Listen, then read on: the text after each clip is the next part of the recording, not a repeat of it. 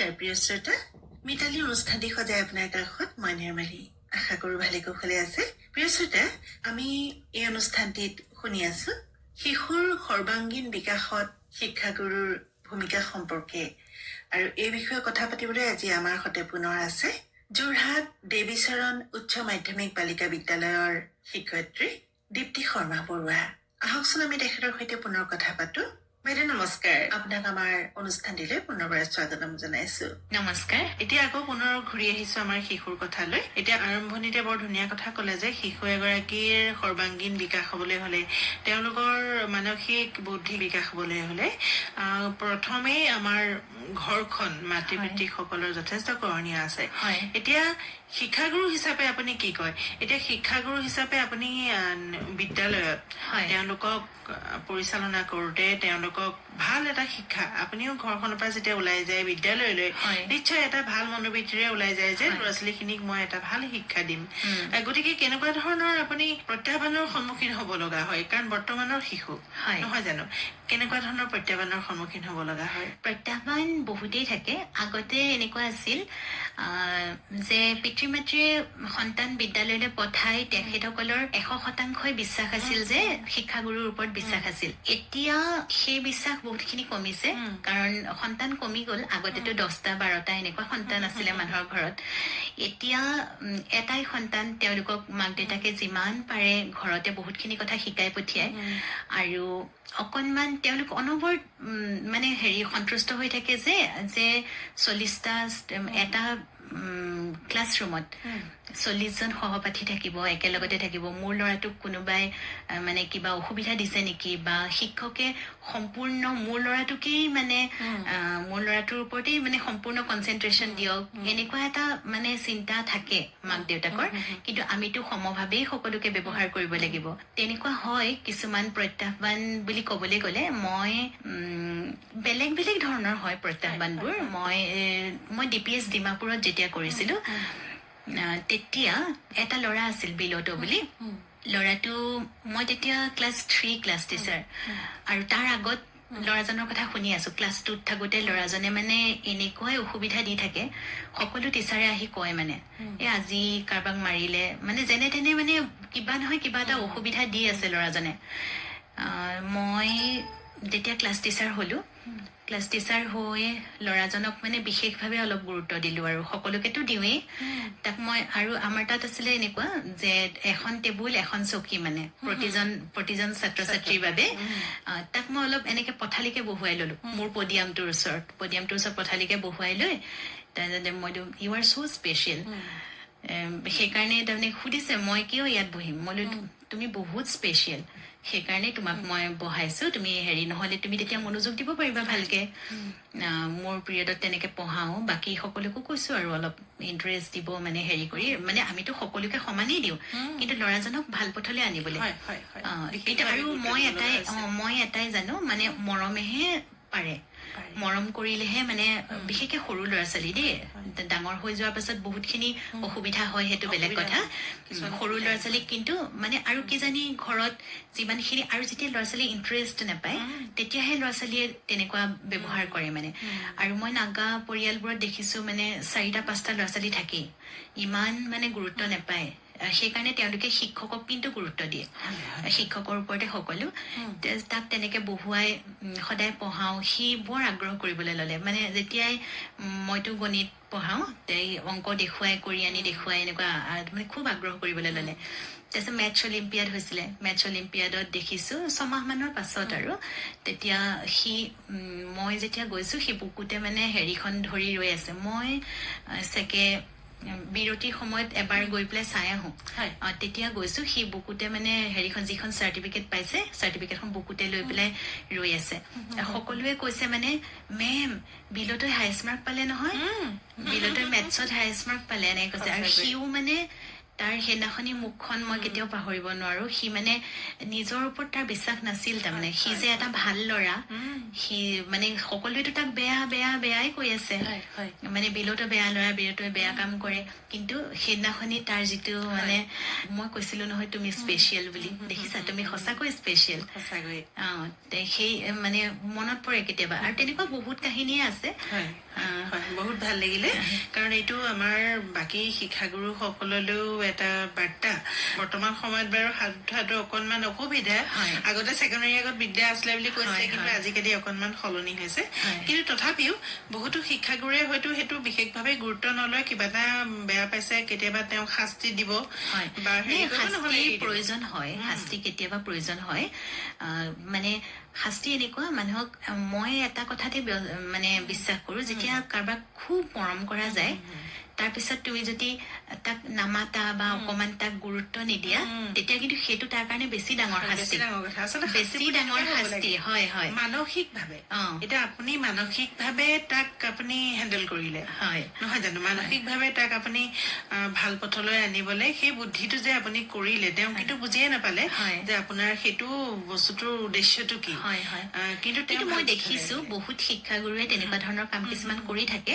কিন্তু আমি যিখিনি কৰো আচলতে আমি ইমান জানি বুজি নকৰো আমি মানে ক্লাছৰুম চিটুৱেশ্যন মানে কোনটো চিটুৱেশ্যনে কি বস্তু বিচাৰে আমি ক'ব নোৱাৰাকে আচলতে কৰো এদিন আলৌকিক বুলি ল'ৰা এটা আছিলে সি মানে মোক আহি এদিন কৈছেহি মই আমাৰ তাত এক্টিভিটি পিৰিয়ড থাকে মই বেলেগ এটা এক্টিভিটিত আছো আৰু সি এটা টাইকাণ্ডো এক্টিভিটিত আছিলে মই কিবা কাৰণে ক্লাছৰুমলৈ আহিব লগা হ'ল আৰু সি আহি দেখিছো মই আলৌকিক তাত বহি আছে মানে টাইকাণ্ডো এক্টিভিটিলৈ যোৱা নাই তেতিয়া মই কলো তুমি কিয় ইয়াত আছা তুমি কেলে মানে মেম মই কালি এনেকে হাতত দুখ পালো নহয় তাৰমানে হাত দীঘল চাৰ্ট পিন্ধি আছিলে ঠাণ্ডা কালি আছিলে তাৰমানে মই জানো সি ল'ৰাটো অকমান মিছা কথা কয় মানে অকমান বেছি অলপ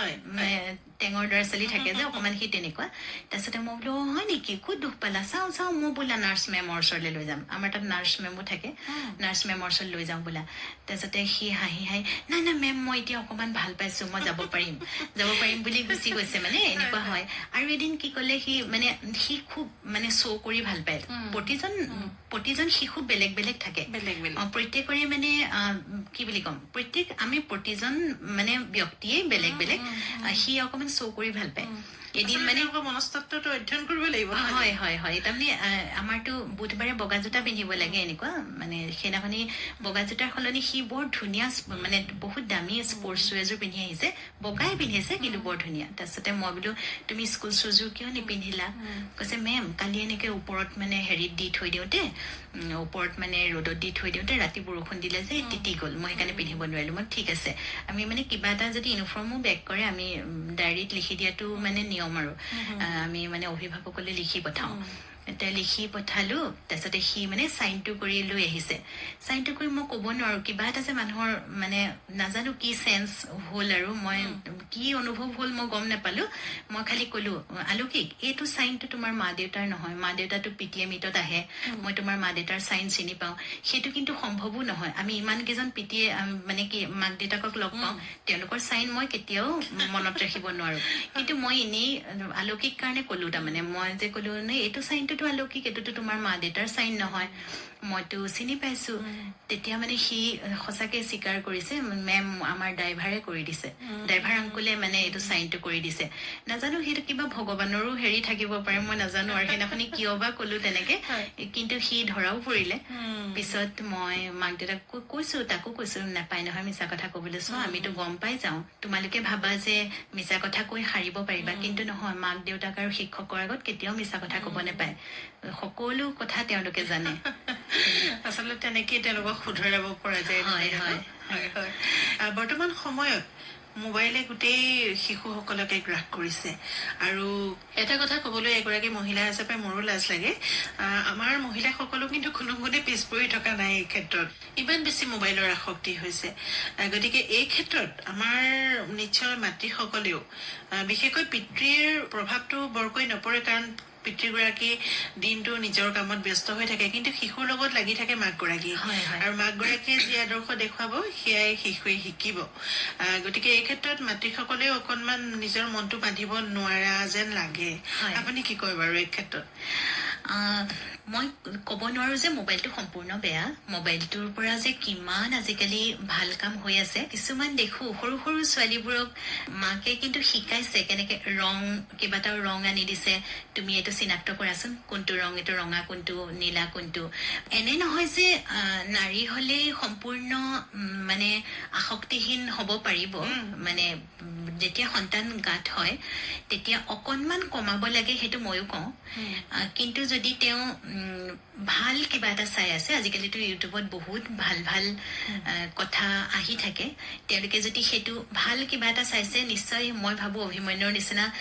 সন্তানে গৰ্ভতে শিকিব কিছুমান কথা আৰু জন্ম হোৱাৰ পাছত আমি হঠাতে কিন্তু চাবলৈ দিব নালাগে মই মোৰ কথা কৈছো চাবলৈ দিলে মানে অকমান চকুৰো প্ৰব্লেম হয় আৰু আসক্তিটো অলপ বেছি বাঢ়িব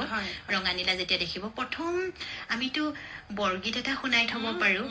হয় নহয় আমি বৰগীত এটা শুনাব পাৰো আমাৰ ভূপেন্দ্ৰ সংগীত আমাৰ যিখিনি সংস্কৃতি আৰু আমাৰ সংস্কৃতি বুলি ক'লে যে মই অসমীয়াখিনি তেনেকুৱা নকওঁ যে আমি ভাৰতীয় শাস্ত্ৰীয় সংগীত এটাও শিকাব পাৰো মানে আমাৰ যিখিনি সংগীত হওক যিকোনো ভাল কথা আমি যদি দূৰত মোবাইলটো বজাই থওঁ যিদৰে আমি সৰুতে ৰেডিঅ' শুনিছিলো মনত আছেনে কিমান ভাল লাগে ৰাতিপুৱা বন্দে মাতৰম শুনি আমি সাৰ পাইছিলো তেনেকে আমি নিশ্চয় সন্তানটোক শুনাব পাৰো সুন্দৰ সুন্দৰ সংগীত আৰু সংগীতে এটা মন মানে ৰিপেয়াৰ কৰাত মানে যেটা বহুত সহায় কৰে মানে উগুল থুগুল মন এটা বহুত চিজিল লগাব পাৰে তেনেকুৱা কামবোৰ আমি কৰিব পাৰো আৰু যেতিয়া অকনমান ডাঙৰ হয় বুজা হয় তেতিয়া নিশ্চয় আমি এক্টিভিটি হিচাপেও ল'ব পাৰো মোবাইলটো আমাৰ টিচিং এইড হিচাপেও কিন্তু আমি বিদ্যালয়ত ব্যৱহাৰ কৰো তেনেকে আমি সন্তানৰ লগতো আমি তেনেকে ব্যৱহাৰ কৰিব পাৰো আমি যিকোনো ভাল কথা যিকোনো তেওঁলোকৰ লগত এতিয়া মই ক'ব বিচাৰো যে মই এটা ভিডিঅ' দেখিছিলো ইমান ভাল লাগিছে অকনমানে তাৰমানে 2 বছৰমান হৈছে চাগে ছোৱালীজনী ৰং চিনাক্ত কৰিবলৈ দিছে 2 বছৰ হোৱাই নাই চাগে ৰং চিনাক্ত কৰিবলৈ দিছে তেনেকে আমিতো সেই বস্তুখিনি যেতিয়া নিজে মোবাইলত দেখিব নিজৰ মানে নিজৰ কথাখিনি যেতিয়া তাই শুদ্ধকে কৈছে নেকি বা বহুতখিনি আজিকালি বহুত মাকে কিন্তু নিজৰ কেঁচুৱাকেইটালৈ যেনেকে খেলাই থাকে সেইটো কিন্তু ইউটিউবতো আপলোড কৰে সেই বস্তুটো যেতিয়া ছোৱালীজনীয়ে দেখিব তেনেকে দেখিছো বহুত মানে আজিকালি উঠি অহা প্ৰজন্ম কিন্তু বহুত স্মাৰ্ট হৈছে মানে বহুত লগতে শিকিও গৈছে খালি আমি একদম সাৱধান হৈ থাকিব লাগিব যাতে তেওঁলোকৰ হাতত মোবাইলটো প্ৰয়োজনতকৈ বেছিকে নপৰে আৰু তাৰ বাবে উপদেশতকে আহি ভাল মই আকৌ কম আমি যদি দিনটো মোবাইলটো স্ক্ৰল কৰি থাকো যিকোনো সময়তে তেতিয়া নিশ্চয় আমাৰ সন্তানেও তেনেকুৱা কৰিব কিন্তু আমি যদি মই যিটো ক'লো এক্টিভিটি হিচাপে 1 ঘণ্টাৰ কাৰণে বোলে আমি সন্তানৰ লগত লৈ পেলাই আমি কিবা এটা কৰিছো তেতিয়া নিশ্চয় ভাল কথাই শিকিব